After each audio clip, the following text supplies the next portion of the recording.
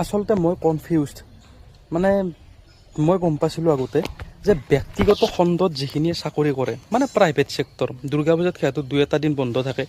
তাৰে পিছত আহিল চৰকাৰী খণ্ড মানে গভমেণ্ট ছাইডত গভমেণ্ট ছেক্টৰ যিটো ছাইডে চাকৰি কৰে সিহঁতৰো প্ৰায় দুৰ্গা পূজাৰ কেইদিন হয়তো মোৰ অনুমান বন্ধই থাকে চৰকাৰী থাকিল তাৰে পিছত আহিল অপৰাধী খণ্ড ক্ৰিমিনেল ছেক্টৰ বুলিতো কোনো এনেকুৱা জব নাই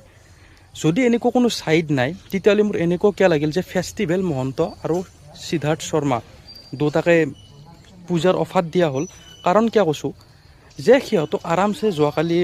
মুখ্যমন্ত্ৰী ডাঙৰীয়া লাইভ আহিছিল আহি সিহঁতক কৈছে যে এতিয়া আৰু পূজা চলিছে গতিকে পূজা শ্ব' খতম হওক আৰু সিহঁতক হাজিৰ হ'ব দিছে 6 তাৰিখে মানে পূজা শেষ হোৱাৰ 5 দিনমান পিছত